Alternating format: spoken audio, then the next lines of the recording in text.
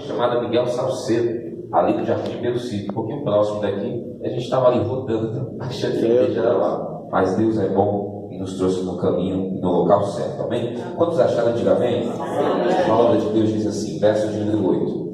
Depois disto ouvi uma voz, a voz do Senhor, que dizia: a quem enviarei? Quem há de ir por nós? Então disse eu, melhor dizendo, eis-me aqui, envia-me a mim. Então disse ele, vai e dize a este povo, ouvis de fato e não entendeis, e vedes em verdade, mas não percebeis. Vou ler mais uma vez.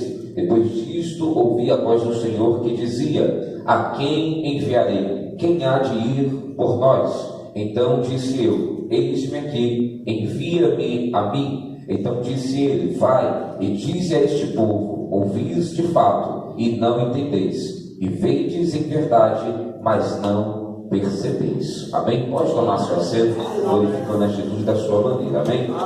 Aleluia. Meus irmãos, falar sobre missão é um tema que tem se tornado muito difícil nos últimos anos, porque bem verdade é que nós sabemos que hoje, minha amiga, levantar missionários, separar homens de Deus comprometidos com a palavra e com a verdade de Cristo está difícil.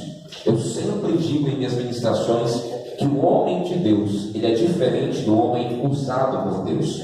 A Bíblia diz que o homem usado por Deus, missionário, ele carrega consigo algumas características. Dentro delas, pastores, pregar, profetizar, revelar, ser usado, seja em oração, em revelações ou na manifestação do poder de Deus. Mas o homem de Deus, ele carrega consigo tudo isso e mais alguns atributos. O homem usado por Deus carrega todos os dons espirituais, todos os requisitos que o nosso Senhor Jesus Cristo possa lhe dar. Mas o homem de Deus, além de tudo isso, carrega consigo o caráter, a verdade e o seu testemunho. Quem não se lembra no livro de 2 Reis, capítulo de número 5, a Bíblia diz que uma mulher bem-sucedida, uma mulher que tinha tudo aquilo que ela queria, tudo aquilo que poderia vir às suas mãos, a Bíblia diz que Sulamita, ela vai olhar para o seu esposo, quando o profeta Eliseu entra dentro de uma cidade chamada Sunem, e esta vai olhar para ele e vai dizer: vejo que aquele homem que está vindo é um santo homem de Deus. Aleluia.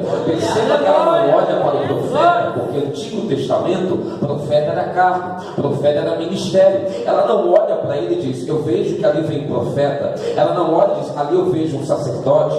Ela não olha para aquele homem e diz: ali eu vejo um levita. Não, ela diz para o seu marido: ali eu vejo um santo homem de Deus. O que eu entendo com isso, pastores, é que Sulamita está dizendo: não é o cargo dele que me interessa, não é a sua carteirinha que me interessa, não é o seu poder econômico que me interessa, mas é o seu cargo, ou melhor dizendo, é o seu caráter diante de Deus. Aleluia. A primeira coisa que eu quero que você entenda é: missionário para fazer missão, ele não pode ser um Geazi da vida. Missionário para fazer missão, ele não pode ficar preocupado com quanto ele vai receber, com quanto ele vai ganhar, com o que ele vai comer, com aquilo que ele vai se vestir. Não, a sua única preocupação tem que ser com as almas, com a palavra que ele vai pregar e com as almas que ele pode libertar pelo poder da palavra de Deus. Sabe por quê, pastores? Eu nunca vi, eu estou preocupado com a nossa geração, pastor. A moda agora pastor, você chega nas igrejas, está tocando um forrozinho, é um tal de corinho para cá, é um corinho para lá. Eu nunca vi, meu pastor, corinho converter ninguém. Eu nunca vi corinho de fogo não dar um traficante, arrancar a prostituta da vida que ela está levando, arrancar o usuário de droga de dentro da boca de fumo. Não, mas eu conheço uma palavra que ela é viva, eficaz, mais cortante do que uma espada de 2 gumes, capaz de ver corpo, alma e espírito e discernir as intenções do meu e do teu coração. Pastor, qual é esta palavra? É a palavra de Cristo, é o Evangelho, onde o mesmo escreve dizendo: ide e pregar o Evangelho a toda criatura. Ei, olha para cá, entende isso daqui? Quando Jesus está dizendo ide, ele está dando uma ordem, é uma direção, pastor. Ide, e 2 Segunda coisa, pregai o evangelho a toda criatura. Vai ler só um pouquinho isso aqui, mas é para você entender. Fazer missão não se faz dentro de igreja. Missão não se faz dentro de 4 paredes. Não, eu estou falando isso para você porque eu sou missionário de campo. Pastor, eu fiquei 17 dias dentro do complexo do Alemão. Aí o traficante colocou um fuzil no meu peito e disse assim: pastor, me prova que Jesus me ama. Maravilha, porque falar que ama aqui dentro é fácil, missionário. Dizer que ama aqui dentro é muito fácil. Olhar nos olhos do seu pastor, nos olhos do seu líder e dizer que você ama ele aqui dentro é muito fácil. Mas quando passa por aquelas portas, falar mal do seu líder, mal do seu pastor, mal do obreiro, mal do evangelista, mal do pregador, isso não é coisa de crente, meu irmão. Permita-me me dizer uma coisa, e não adianta fazer biquinho não, meu irmão, porque a verdade ela é crua e não tem rodeio. Pastor, a nossa geração está muito doente, sabe por quê? Porque o pessoal hoje ele quer vingar auxílio, ele quer papinha na boca, ele quer ouvir que Deus vai dar chave de carro, chave de apartamento, chave de helicóptero, mas ouvir que Jesus é vivo, está vivo e não mudou. Ninguém quer ouvir não. Isso ninguém quer ouvir não, pastor, porque não é golpe. Pregar sobre santidade hoje, sobre pecado, não abre agenda no congresso, não abre agenda na vigília. Encontro de vaso, não, isso não abre a agenda. Mas falar que Deus está dando carro, Deus está dando chave de apartamento, meu Deus, o povo até roda no mistério, pastor. É uma coisa que eu não consigo entender. O povo da glória, fala em línguas, mas quando falar a verdade, aí o povo fica assim, ó, cara de paisagem. Esse pregador é enjoado demais. Esse pregador é muito ousado. E quem falou que Deus gosta de gente covarde? Quem foi que falou que Jesus não chama a pessoa que não tem ousadia? A Bíblia diz, pastor, isso aqui não sei o que digo, é Jesus. A Bíblia diz que João capítulo 3, verso 27. A Bíblia, não sou eu que digo, nada é dado ao homem se não vir do céu. Entendeu? Não vou explicar para você. O que Deus estava querendo dizer é: a palavra que você prega não é sua. O louvor que você canta não é seu. As línguas que você fala não te pertencem. O pastor de quem é? É daquele que Paulo escreve em 1 Colossenses capítulo 1, verso 16: seja terra, seja céu, tronos ou principados, tudo foi feito para a honra, para a glória e para o louvor do Senhor Jesus. Aleluia. Fazer missão não é fácil, pastor. Eu estava dentro do complexo, aí o traficante colocou um fuzil no meu peito e ele olhou para mim e disse: pastor, me prove que Jesus me ama. Muito bom. Eu volto a repetir isso aqui, não quero ser redundante. Falar dentro da igreja que você ama alguém é muito fácil.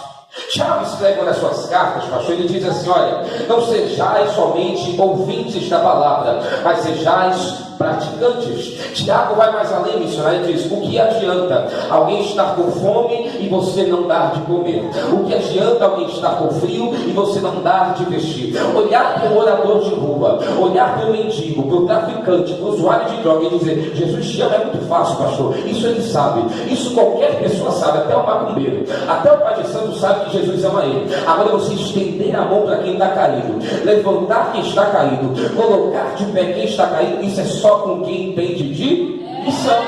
Aleluia! Quando ele olhou para mim e disse: me prove que Jesus me ama. Eu falei: Jesus estreitou. Rapaz com um fuzil de 1 metro na mão olha para mim e diz: me prove que Jesus me ama. Eu falei: Jesus, me dá uma luz aqui. Por isso que eu falo, irmão, não há outra receita para a conversão a não ser a palavra de Deus. Não há outra receita para a mudança de caráter, para a mudança de atitude, se não for a palavra de Deus. Aí Jesus falou comigo e falou assim: filho, você entrou aqui na condição de missionário, mas eu estou te dando uma autoridade nesta noite. E sabe qual é? Entre nesta comunidade, entre dentro desse morro, e todas as pessoas que passarem por você, você olha e diz: ô minha ovelha, chama ela de ovelha. Eu falei: Jesus, que negócio é esse? Aonde passar um traficante, você chama: ô minha ovelha, vem aqui. Minha ovelha, chega mais, porque eu quero pregar uma palavra para você. Quando o traficante colocou o fuzil no meu peito, eu falei: pode atirar. A pergunta que eu te faço é: você teria coragem de colocar a mão em um fuzil que está diante do seu peito e dizer: atire? A primeira coisa que eu pensei na minha esposa, a segunda coisa que eu pensei na minha mãe, pensei no meu pai e na minha família. Pastor, eu falei: Jesus, o que foi que eu falei?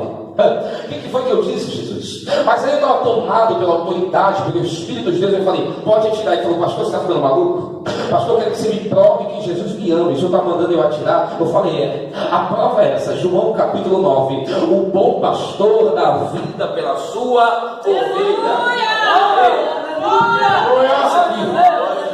Aleluia. Olha isso aqui. Quando Jesus falou para mim, eu estou te dando autoridade. Diga que todos são suas ovelhas. Ele entende o mistério. Sabe por quê? Porque quando eu olhei para ele, eu disse, pode atirar? Ele disse, pastor, você está ficando maluco? Eu falei, pode atirar, porque assim está escrito: o bom pastor dá vida pelas suas ovelhas. Ele falou, pastor, eu não entendi. Eu falei, a partir do momento que eu entrei neste morro, a partir do momento que eu entrei nesse complexo, Jesus me colocou como pastor de ovelhas aqui, e o diabo não vai me envergonhar. Meu irmão, o traficante me abraçou, tirou o chapéu e falou, pastor, olha pela minha vida, olha pela minha vida, porque eu sou filho de pastor e estou desviado dos caminhos de Cristo. Sabe o que Jesus precisa? Olha para mim, escura. Sabe o que Jesus precisa para enviar alguém, missionário? Ele só precisa de alguém que acredite no seu chamado. Você pode olhar para mim e dizer assim, você acredita? Não, está muito fraco, não está muito fraco. Não. Diga assim, você acredita no seu chamado? Porque o segredo é acreditar. Sabe qual é o problema, pastor? É que Deus olha para a gente e fala assim, olha, te tornarei um pregador, te tornarei um missionário, te tornarei um evangelista, te tornarei um homem de Deus. Só que as dúvidas vêm. As pessoas olham para você e dizem assim, não, ela não, Deus escolhe outro. Esse daí não, Jesus, tem gente melhor. Olha isso daqui da Bíblia. A Bíblia diz que Paulo, irmão, é o perseguidor da igreja de Cristo. Atos dos Apóstolos, capítulo de número 9. A Bíblia diz que Paulo, ou Saulo, como a Bíblia cita, está a caminho de Damasco. E Paulo está atrás de quem? Diga, de Pedro. Paulo está atrás de Pedro, porque Pedro era um chefe, era um líder ali, era um pastor chefe. Quando ele está atrás de Pedro, ele entende uma coisa: se eu derrubar o líder, eu consigo derrubar o restante. Se eu pegar o líder, eu consigo acabar com o restante. O que me chama a atenção, irmão, é o trabalhar de Deus na vida de Saulo. É porque quando ele está a caminho de Damasco, ele vai ter um encontro com Jesus. Aleluia. E todo aquele que tem um encontro com Jesus, nunca mais ele é o mesmo. Sabe por que eu estou pregando isso para você? É porque foi assim comigo, meu irmão. Eu não suportava crente, pastor. Quando o pastor vinha falar comigo, eu tinha uma vontade de grudar neles, pastor. Eu falava, não, isso é Deus me inimigo. Eu falava assim, esse homem não tem autoridade, esse homem não tem poder para falar comigo. Esses homens são tudo ladrão, vem para a igreja só para roubar o povo. Mas quando as missionárias vinham, aí eu saía correndo. Eu falava, não, essas aí é mais estreito. É porque eu vejo uns camaradas se entortando perto delas, essas daí oram. A mulherzinha do coque, então, meu Deus do céu. Aí quando o coque, essa não chega nem perto, eu tremia de medo, irmão. Por quê? Porque eu reconhecia a autoridade de Deus na vida de uma mulher dessa. Não é, não. Aí olha isso aqui, Paulo está chegando, meu irmão. Jesus tem um encontro com ele. Aí a Bíblia diz que Deus, ele vai mandar Paulo entrar em uma rua chamada direita. Quando Paulo entra lá, pastor, Deus vai agora falar com o profeta. Aleluia! O profeta que é profeta, ele não questiona, pastor. Quando Deus dá uma ordem para alguém, quem questiona é porque quer arrumar problema. A Bíblia diz que Deus separa 16 profetas para escolher, ou melhor dizendo, para usar como boca de Deus na terra. 4 deles são conhecidos como profetas maiores, entre eles Isaías, Ezequiel, Jeremias e Daniel. Entre os profetas menores, o único, pastor, o único que questionou a Deus, Abacuque. O 8º profeta menor, foi o único que teve a audácia de olhar para Deus e dizer, Senhor, até quando clamaremos por justiça e o Senhor não ouvirá? Até quando chamaremos pelo teu nome e o Senhor não ouvirá? Abacuque, agora no capítulo 3, verso de número 2, está dizendo, Senhor, aviva a tua obra no meio dos anos. Sabe o que Abacuque está fazendo? Abacuque está clamando pelo avivamento. Ei, lá vai. Avivamento, pastor, não vem através de pula-pula, roda-roda. Avivamento só acontece através da palavra de Deus.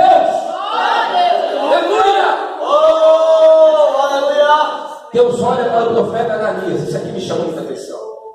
Tu és santo. Aleluia! Está cheio de Ananias por aí. Ananias, vai lá. Porque eu escolhi, porque ele, olha o que Deus está dizendo, porque ele é para mim um vaso escolhido. 3 coisas Deus vai separar Paulo. Primeiro, para pregar aos reis. Segunda classe, aos gentios. Terceira classe, aos filhos de Israel. A primeira classe que Deus separa Paulo para pregar é uma classe nobre missionária. É a classe dos reis, pessoas entendidas, pessoas cultas. A segunda classe seria os gentios, que somos nós, eu e você. E a terceira seria os filhos de de Israel, ou seja, os judeus. Sabe outras palavras, pastor? Paulo tinha palavra para rei, Paulo tinha palavra para judeu, Paulo tinha palavra para gentil, Paulo tinha palavra para crente, Paulo tinha palavra para desviado, Paulo tinha palavra para macumbeiro, Paulo tinha palavra para idólatra, Paulo tinha palavra, sabe por quê? Porque foi Deus que deu, irmão. E o que me chama a atenção é que quando Paulo se converte, ele não deixa a soberba entrar. Aleluia. Olha isso aqui, irmão. Até o século XVI, acreditava-se que a carta aos Hebreus tinha sido Paulo que tinha escrito. Do século XVI ao século que nós estamos vivendo, ao século XXI, os teólogos entraram em uma discussão, pastor, de quem seria a autoria da carta aos Hebreus. Mas, pastor, uma coisa a Bíblia também me diz, não me falha a memória, em 2 Timóteo 3,15, a Bíblia diz que toda palavra, ela é divinamente inspirada pelo Espírito Santo de Deus. Eu não vou repetir na vez que você entende. Deus estava dizendo, não me importa quem escreveu, só me importa quem ditou, e quem ditou foi ele, é maior que Paulo, é maior do que Lutero, é maior do que qualquer teólogo, é Jesus Cristo de Nazaré. Então não me importa quem escreveu Hebreus, eu sei de uma coisa, foi divinamente inspirada por Deus. Aleluia! Efésios, preste atenção nisso. Efésios capítulo 3, verso de número 8. Olha o que Paulo escreve aos Efésios. Isso aqui é muito forte, irmão. Paulo está dizendo, pastor, está deixando claro, a mim, ele está falando de dele, não de outro, a mim, o menor de todos os santos, me foi dada esta graça de anunciar aos gentios as riquezas insondáveis de Cristo. Paulo está dizendo, eu sou um mensageiro de Cristo, mas eu entendo que ainda pelo meu cargo, ainda que eu seja um apóstolo, ainda que dentro da hierarquia ministerial eu seja o maior, eu tenho que ser o menor para pregar a sua palavra. Paulo está dando um exemplo que para fazer missão, falar de Jesus, nós temos que ser como Jesus, sempre dizendo, eu sou o menor da casa, eu sou pequeno, não sei falar, mas Deus ainda me usa. Ei, quer ver uma coisa?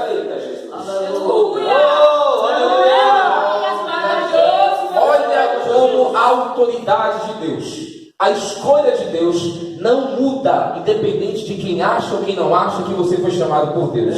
Quer ver uma coisa? A Bíblia diz que cerca de 700 anos antes de Cristo, Deus levanta Jeremias. No capítulo 1, verso de número 5, Deus está dizendo, pastor Jeremias, eu te escolhi.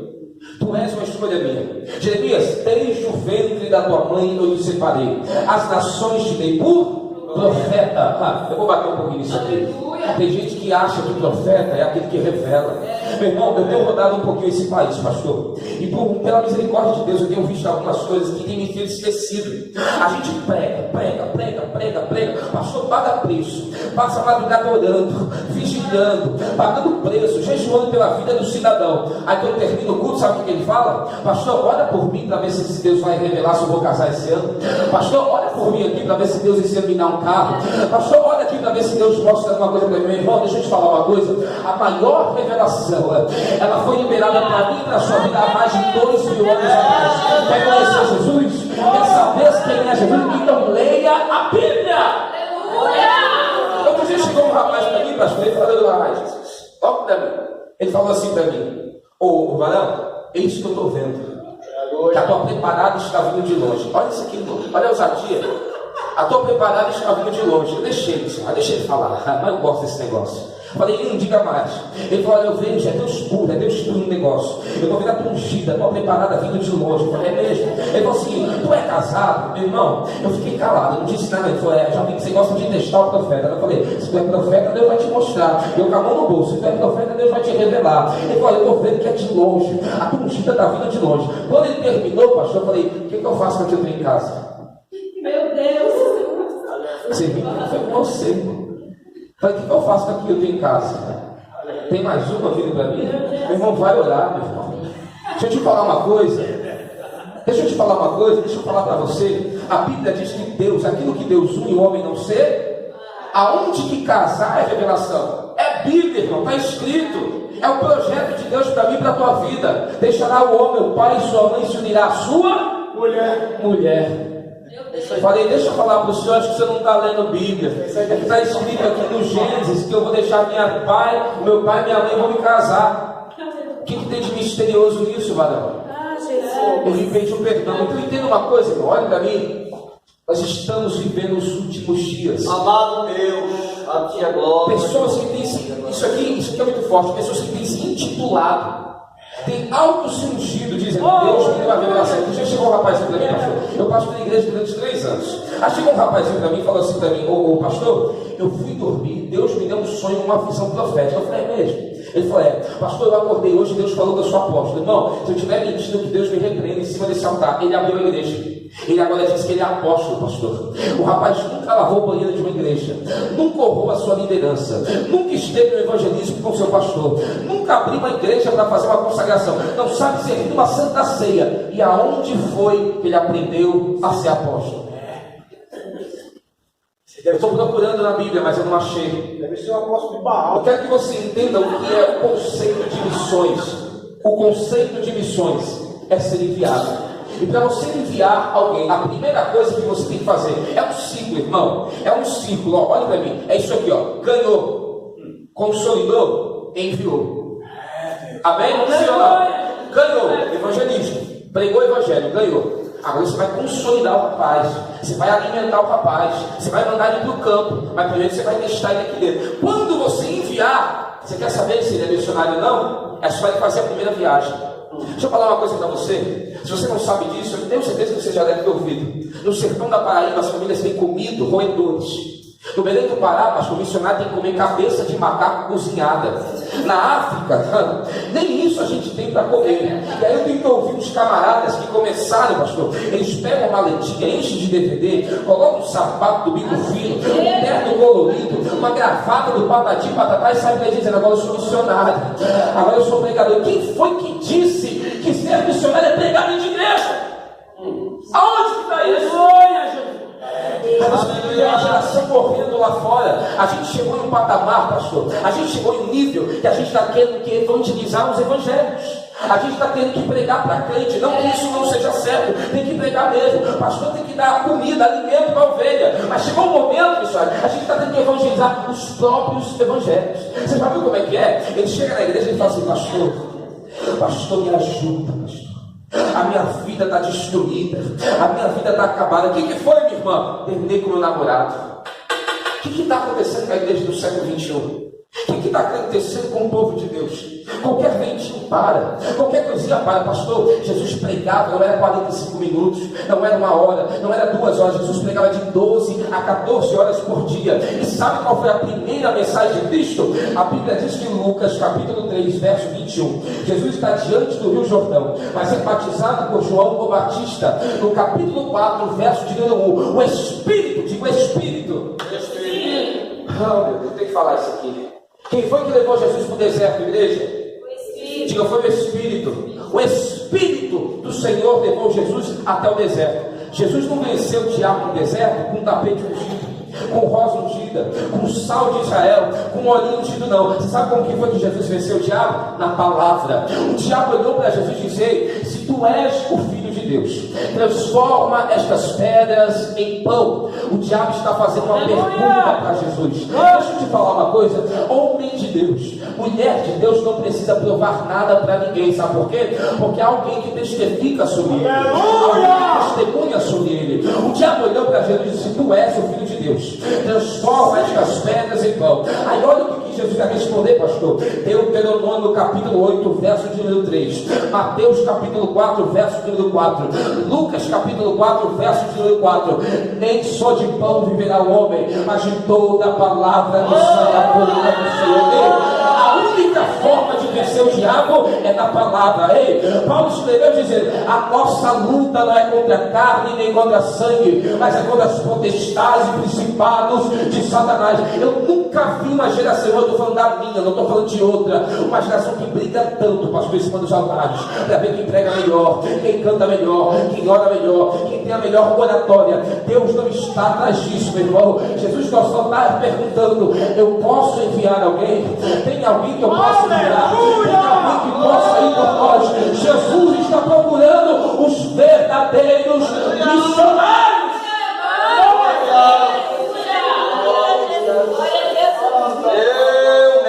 Ai, Jesus, eu estou sentindo, Deus aqui.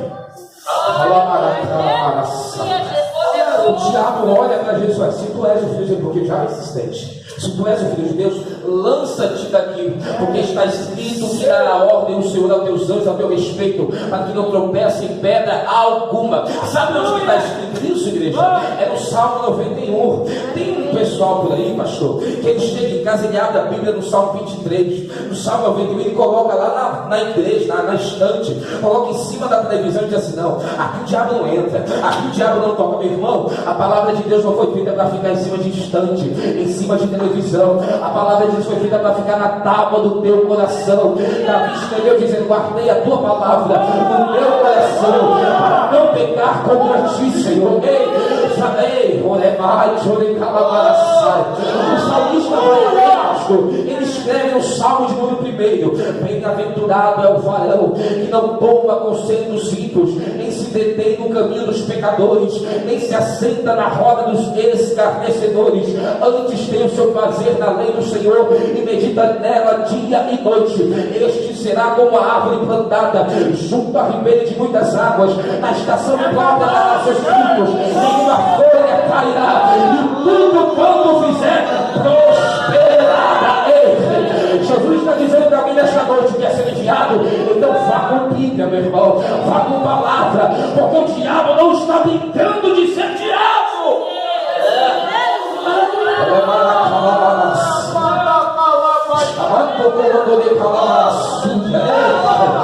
Tem testemunha de Jeová dando 10-0 crente por aí, tem católico dando de 10-0 em cristão por aí. Sabe por quê, meu irmão? Porque tem lido a Bíblia, tem guardado os mandamentos, a palavra de Deus no coração. Jesus olha para o diabo e diz: também está escrito, não tentará o Senhor teu Deus. Olha isso aqui, irmão, eu já vou entrar na mensagem. Olha isso aqui. O que me chama a atenção, pastor, é que quando Deus, a maior tática de guerra missionária do povo de Israel, depois da Arca da Aliança, sempre foi clamar. Diga clamar. Clamar a Deus. Deus, irmão, isso aqui é muito forte. Minha irmã, dentro da Arca da Aliança, ou dentro da Arca do Testemunho, a Arca do Concerto, a Arca de Deus, havia 3 objetos. Me pergunte quais. Diga quais, pastor, diga quais. Primeira coisa, as tábuas da lei, que representava a lei, a justiça de Deus. Segunda coisa, a vara de Arão, que representava os frutos e a autoridade dada por Deus. Terceira coisa, o pote do maná, que representa a providência missionária. Se você pega olha isso aqui, irmão, eu não consigo entender. Olha isso aqui. A Bíblia diz que a Arca da Aliança passava por dentro do deserto, juntamente com o povo israelita. Quer ver essa revelação aqui? Quer ouvir isso aqui? Olha que profundo. Pastor, a Arca da Aliança, os levitas e os sacerdotes carregavam sobre os ombros, dentro do deserto. Quando nós falamos em deserto, falamos em dificuldade, falamos em lugares improváveis de acontecer alguma coisa, improváveis de ter crescimento. Oh, Jesus. Vocês estão com a presença de Deus, pastor, dentro do deserto, dentro da arca, as tábuas da lei, palavra. Dentro da arca, a vara de Arão, a autoridade. Dentro da arca, o pote do maná, a providência. Deus está dizendo para alguém aqui: fica tranquilo. Se Deus te enviar e tu tiver que passar pelo deserto, fica tranquilo, porque a palavra vai contigo, a autoridade vai contigo e a providência também vai contigo. Glória a Deus. Sabe por quê? Diga assim: porque Jesus não envia ninguém vazio. Eu nunca vi Jesus levantar um pregador que não lê Bíblia. Eu nunca vi Jesus levantar um cantor que não canta, um levita que não louva. Eu nunca vi Jesus levantar alguém no ministério de oração, intercessão, se ele não ora. Não, mas eu quero ser usado por Deus. Então, meu irmão, está na hora de você fazer alguma coisa. Porque Isaías, ele ouviu, ele disse: eu ouvi a voz do Senhor dizendo: a quem enviar, a quem há de ir por nós. Irmão, isso aqui é profundo. Meu pastor, eu não tenho tempo para pegar isso, eu não vou correr. Olha para mim, tem isso aqui. Jesus não envia ninguém vazio, diga vazio. A Bíblia diz que quando Jesus, após a ressurreição, pastor, Jesus vai passar 40 dias e 40 noites com seus discípulos. Atos dos Apóstolos, capítulo de número 1. Jesus vai dar uma ordem missionária aos seus discípulos. Qual é a ordem? Permanecei-vos em Jerusalém, até que do alto sejais revestidos de que, igreja? É de que, igreja? Diga poder. Então diga assim: missionário não pode ser vazio, tem que ter poder, meu irmão. Tem que ter autoridade de Deus. Jesus olha para Jesus e diz assim: ó, eu não vou enviar ninguém vazio. 500 pessoas reunidas, pastor. Só que só pelo amor de Deus, só 120 vão permanecer. Pergunta por quê? Diga por quê? Porque obediência ainda é sinônimo de honra. Crente que obedece, que vai longe. Crente que ouve o seu pastor, ouve o seu líder, a sua liderança, ele chega longe. Olha o que Jesus diz: permanece em Jerusalém. Jerusalém é um lugar de autoridade, é um lugar do início. Mas o que me chama a atenção é que só 120 vão permanecer embaixo de uma promessa, pastor, estabelecida por Deus e divulgada, proclamada, anunciada pelo profeta Joel. Joel capítulo 2, verso número 28. E há de chegar o dia em que eu derramarei do meu espírito sobre toda a carne. Os jovens profetizarão e os velhos terão sonhos e visões. Deus estava dizendo: vai chegar um tempo em que eu vou encher a minha igreja. Vai chegar um tempo em que eu vou derramar do meu poder. Vai chegar um tempo que eu vou derramar da minha graça, da minha autoridade, porque está escrito que as portas do inferno não prevalecerão contra a igreja do Senhor. Ei, o que Jesus estava dizendo? Ei, eu preciso encher vocês.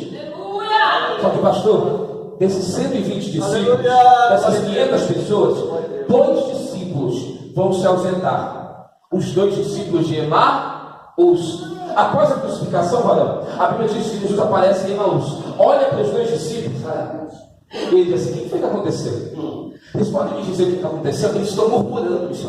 Então diz assim: sabe, isso nas minhas palavras, tá? Sabe o Messias? Sabe o tal de Jesus que falou que era Messias, filho de Deus, que ia salvar o povo de Israel? Então ele foi crucificado, nos abandonou, sumiu. Eu imagino Jesus olhando e diz assim: é mesmo? Aí os 2 discípulos olham e dizem: o senhor está com fome? O senhor quer comer alguma coisa? Eita, Jesus! Ei, se Jesus te convidar, meu irmão, eita glória! Se Jesus entrar na tua casa hoje, será que você tem pão para dar para ele? Será que você tem alguma coisa para oferecer para ele? Jesus vai com 2 discípulos, pastor. Aí Jesus chega na casa dos 2 discípulos. Quando ele entra na casa, glória! Ele pega um pedaço de pão. Ele parte ao meio e dá graças. A Bíblia diz que as escamas dos olhos dos discípulos, caem. E eles olham e dizem: é o mestre, é Jesus. Quer pegar isso aqui? Sabe o que Jesus estava querendo dizer? Aquilo que Paulo escreveu à igreja de Coríntios, aquilo que você lê todo mês dentro da igreja, capítulo 11, verso número 23. Porque eu recebi do Senhor o que também vos ensinei, que na noite que o Senhor Jesus Cristo foi traído, tendo dado graças, partiu o pão e disse: tomai, comei, este é o meu corpo que é partido no meio de vós, fazei isto em memória de mim. Mateus 28, 20. E eu estarei convosco todos os dias, até a consumação dos séculos. Em outras palavras, Jesus estava dizendo: não se esquece de mim, não se esquece quando as coisas estiverem ruins, não se esquece quando as coisas estiverem boas, não se esquece quando você estiver passando por vento, prova, tribulação. Lembra de mim. Olha isso aqui, irmão, olha como isso aqui é profundo. A Bíblia diz que Jesus agora vai olhar para os 2 discípulos de Emaús, pastor, e ele vai dizer: volta para Jerusalém. Sabe qual é a lição que eu aprendo com isso? Me pergunte qual. Aleluia. Crente que não obedece, crente que não tem paciência, que não espera o tempo de Deus na sua vida, sabe o que acontece com ele? É obrigado a voltar para o final da fila. Jesus falou: sai daqui de Emaús e volta para Jerusalém. Por quê? Porque não era a hora de vocês terem saído, vocês estão vazios. Está entendendo, sim ou não? Está entendendo? Diga amém. Deus não envia ninguém vazio. Aí Jeremias olha para Deus e diz: Senhor, mas eu não passo de uma criança e não sei falar. Olha a resposta de Deus, Jeremias 1:9. E o Senhor estendeu o seu braço e com a sua mão tocou-me na boca e disse: hoje eu coloco palavras na tua boca. Deus estava dizendo para Jeremias: fica tranquilo, a partir de hoje, aonde você for, quem fala sou eu, aonde você for, quem prega sou eu, aonde você tiver, as palavras que saem da tua boca, quem vai colocar sou eu. Eu não entendo uma geração que diz: eu estou com medo. Não, Deus me chamou para isso não. Pastor, me deixa aqui, pastor, lavando o banheiro. Pastor, me deixa aqui na porta. Tá bom assim, pastor. Ei, Deus não está atrás de acomodado, Deus está atrás de incomodado. Pastor, que é isso? Deus não está atrás do acomodado que fica sentado ouvindo os outros trabalhar. Deus está atrás do incomodado. Pastor, que diz, eu preciso fazer alguma coisa.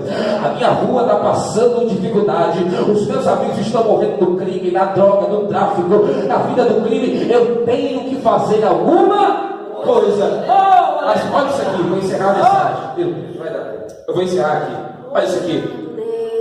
Isaías é alguém que vai ser trabalhado por Deus. A Bíblia diz do capítulo 1 ao capítulo 5 de Isaías, pelo menos 17 vezes Isaías vai levantar o seu dedo ao alto e vai dizer: ai de ti que peca, ai de ti que adultera, ai de ti que furta, ai de ti que rouba, ai de ti, ai de ti, ai de ti. Ele nunca disse ai de mim, só que eita, meu Deus. Quando ele tem encontro com Deus, pastor, uma coisa muda. Porque todo aquele que tem um encontro com Deus, ele muda. Ele fala diferente, anda diferente, olha diferente, canta diferente, prega diferente. Olha o que Isaías vai dizer. Ele está deixando marcado, ele está datando uma perda. E ele diz: no ano em que morreu o rei Uzias, eu vi o Senhor. Ele não está dizendo, alguém me mostrou o Senhor. Ele está dizendo, eu vi o Senhor.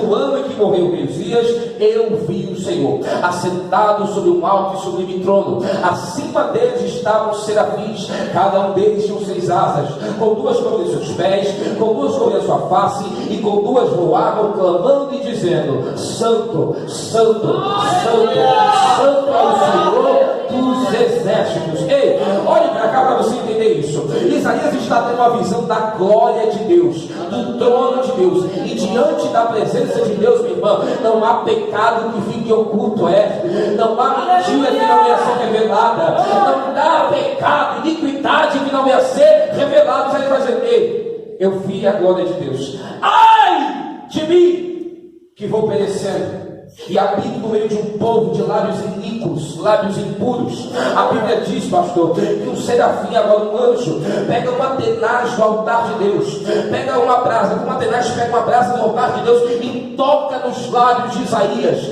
E neste momento, missionária, a sua iniquidade é removida. Pastor, o que é iniquidade? Aleluia! Pecado contínuo. Deus está falando, não toca, você toca. Deus está falando, não pisa, você está pisando. Deus está falando, não vai, você está indo. Deus está falando, fica, você está indo. Deus está falando, não toque nisso. Meu Deus! Isaías disse pelo menos 17 vezes: ai de ti. Eu costumo dizer, irmão, que tem um remédio para crente que fala muito da vida dos outros. Sabe qual é? Me pergunte qual, diga qual. O espelho da casa dele. É só ele acordar todo dia de manhã e olhar no espelho e vai ver quem é ele de verdade. Porque tem muita gente que olha, pastor, e fica criticando o pastor da igreja, criticando o obreiro, criticando o missionário, o evangelista, o pregador, e não vem do lugar dele. Faz o que ele faz. Ai,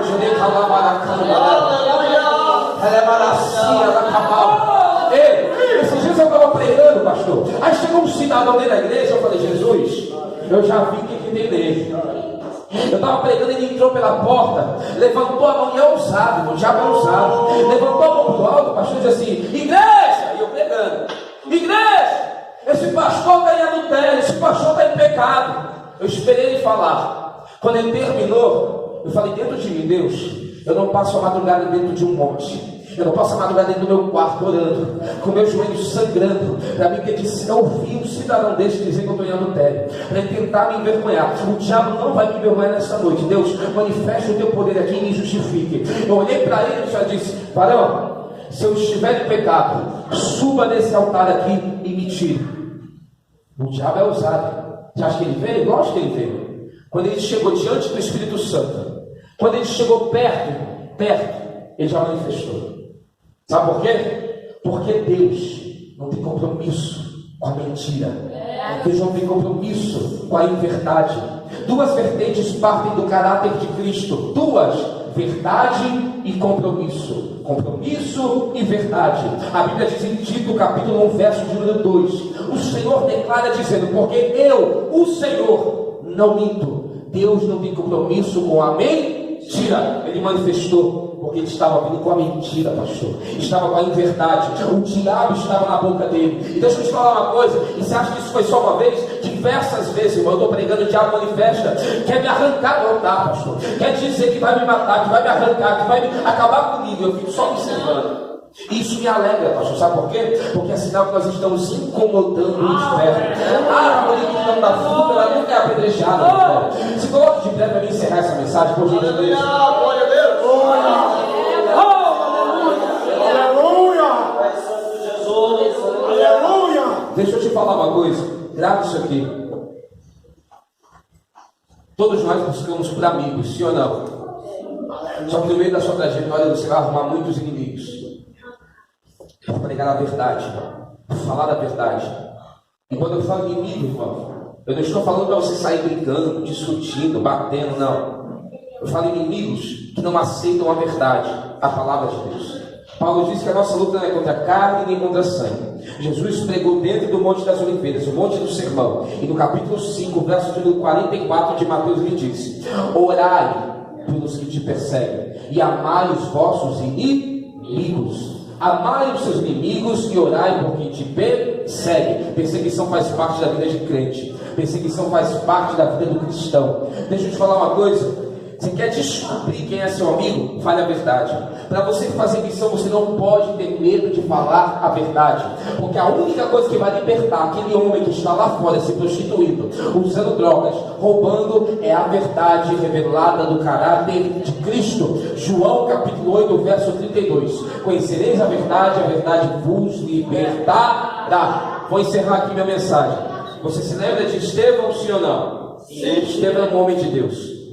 A Bíblia diz em Atos dos Apóstolos, capítulo de número 6, que uma assembleia é feita. O que é uma assembleia? É uma reunião. O assunto discutido, pastor, é: precisamos levantar 7 homens com boa reputação. A discussão em si, ou o assunto a ser discutido é que as mulheres gregas e israelitas estavam discutindo entre si por causa da distribuição de alimentos. As mulheres gregas não estavam sendo abençoadas. Então os 12 se reúnem e dizem: precisamos de 7 homens de boa reputação. Entre eles, pastor, Estevão, Felipe, Nicador, Procos. Felipe vai se destacar pelo ministério evangelístico. Felipe era um ganhador nato de almas. E Estevão? O ministério da palavra. Estevão tinha a ciência, a sabedoria da palavra, pastor. E Estevão começa a pregar e dizer: eu quero falar de um Jesus. Eu quero pregar de um Jesus, falar sobre um Jesus. A Bíblia diz que Estevão dá um sermão sobre o período patriarcal aos mestres da lei, aos fariseus. Eles não se aguentam, irmão. Eles rangem os dentes. Por quê? Me pergunte por quê. Havia 70 cadeiras dentro do sinédrio, incluindo a de Moisés. Pastor, 70 cadeiras. Só quem poderia se assentar naquelas cadeiras eram os mestres da lei. Estevão estava pregando muito, pastor. Estevão estava com muita sabedoria de Deus. O que os mestres imaginavam, eu posso conjecturar isso, é que eles olhavam para Estevão e diziam: mais cedo ou mais tarde esse rapaz vai tomar o nosso lugar. Mais cedo ou mais tarde esse menino vai tomar o nosso lugar. Deixa eu te falar uma coisa: está na hora, está no momento de nós esquecermos as cadeiras e se preocupar com as almas que estão lá fora. A nossa geração está mais preocupada com cargo, autoridade, cadeira do que com almas. Estevão começa a pregar e os fariseus olham e dizem: precisamos parar esse menino. Para mim resumir aqui, irmão, já perdoe o tempo. 3 coisas fazem com que um judeu fosse apedrejado. Primeira coisa, adultério. Segunda, blasfêmia contra Deus. E a terceira, blasfêmia contra a Torá, a Bíblia dos judeus. Estevão está pregando e eles não conseguem achar nada para acusar Estevão. Então eles agora vão causar ou inventar uma calúnia. Pegam Estevão, eles são julgados, são colocados no sinédrio, levam Estevão para a praça. Pastor, a última revelação: Estevão está sendo apedrejado. Diga apedrejado.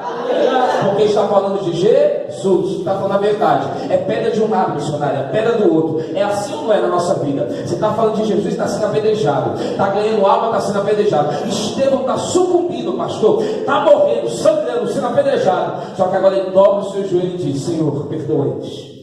Senhor, olha isso aqui, irmão. Enquanto ele está levando pedrada, o céu está se abrindo. E olha o que Estevão vai dizer: eis que eu vejo o céu aberto e o Filho de Deus assentado à destra do Todo-Poderoso. Pega essa revelação da tua vida. Enquanto estiverem tacando pedras sobre você, enquanto estiver falando mal da tua vida, quem vai ver o céu aberto e a glória de Deus é você, meu irmão. É você.